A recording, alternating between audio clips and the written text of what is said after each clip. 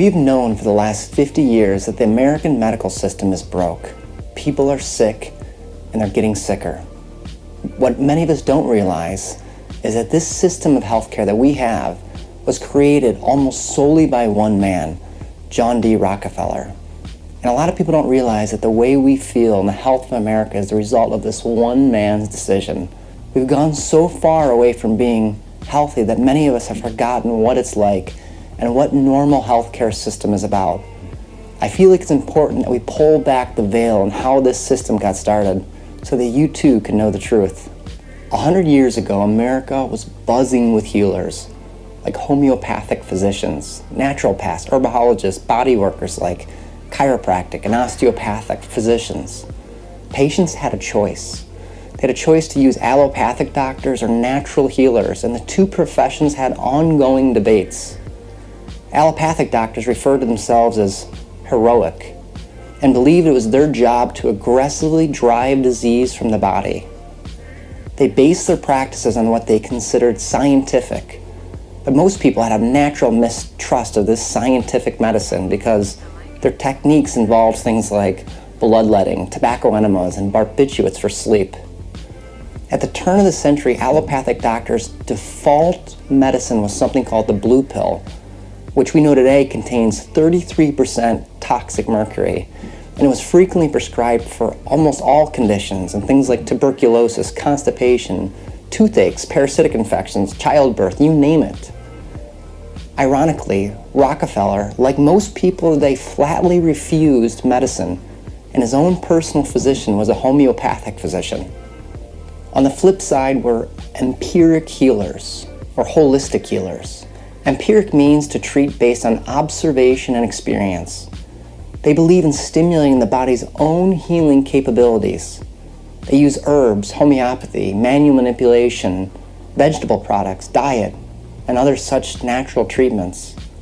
They base their treatments on careful, recorded observations that are often passed through generations of wise humans.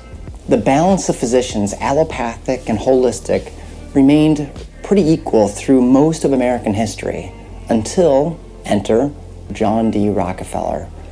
His dark intentions of profit cloaked in philanthropy is what grew the medical system that we have today, along with the nonprofit industrial complex.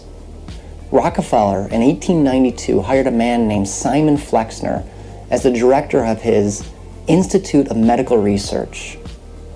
Simon influenced his brother Abraham Flexner to write a report to be presented to Congress under the auspices of the Carnegie Foundation. The point of this report was to mold the medical system in this country to favor their plan to sell snake oil. He used the Carnegie Foundation, a philanthropic organization, as a front, since he needed a layer of deniability between his direct interests and the new system of healthcare that he was rigging. It's important to note that Abraham Flexner was not a medical doctor, a scientist, a teacher, or a medical educator of any kind. In fact, he was a preacher, making him completely unauthorized to write such a report. In this report, his goal was to categorize what he believed was scientific and unscientific. And in 1910, the Flexner Report disseminated the falsehoods under the guise of science and ruthlessly slandered all quote unquote unscientific methods of healing. These included homeopathy, nutrition, manipulation of the body by chiropractors and osteopaths, electromagnetic therapy, acupuncture, nutrition, detoxification, you name it. It was anything that competed with the allopathic drug model. No paradigm of healthcare should be dismissed simply because it competes with any other system. Each form of healthcare, each new discovery, each thing that we're working through must be based solely on its ability to get results. This is the basis of objective science, of observation, and of human advancements. But in response, Rockefeller, who knew a thing or two about monopolies, infamously quipped, "No, competition is sin," and he sought to monopolize medicine. Medicine, even today, is not really based on science, even though this is what they constantly tell us. Heart disease, the most studied of all scientific medical disciplines, According to the Journal of American Medical Association, only 11% of the drugs and procedures that we do for heart disease is actually based on science. Yet our country is spending over $100 billion on heart surgeries alone. Medicare is spending $46 billion on blood pressure medications and another $29 billion on cholesterol medications, despite the fact that there's very little valid scientific studies proving the long-term benefit.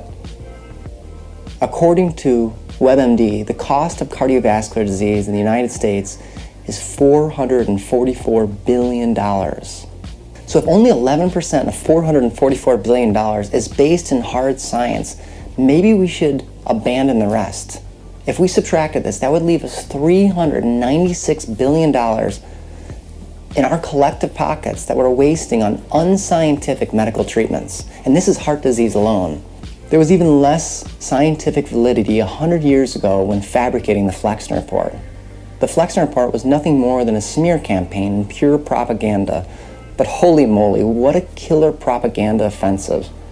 Its effectiveness was no less than a triumph for Rockefeller. You see, Rockefeller was not a popular name at the time. His reputation of cutthroat business tactics and penny-pinching methods did not favor him with the general public. This is why he had to use a front. The front happened to be the Carnegie Foundation. Through this philanthropic front of giving to this foundation, Rockefeller, with the help of Carnegie, donated $600 million in today's money, tax-free, to medical schools that met the criteria of the little-known but incredibly impactful Flexner Report. After the Flexner Report came out, the number of health schools in this country, it dropped from 189 to 31 almost overnight. And each of these 31 schools focused its health efforts only on giving drugs, doing procedures, and long hospital stays.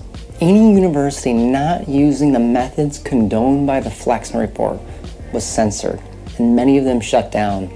The remaining schools had to follow the new curriculum set in place, which stated that anything other than drugs and surgery was tantamount to quackery.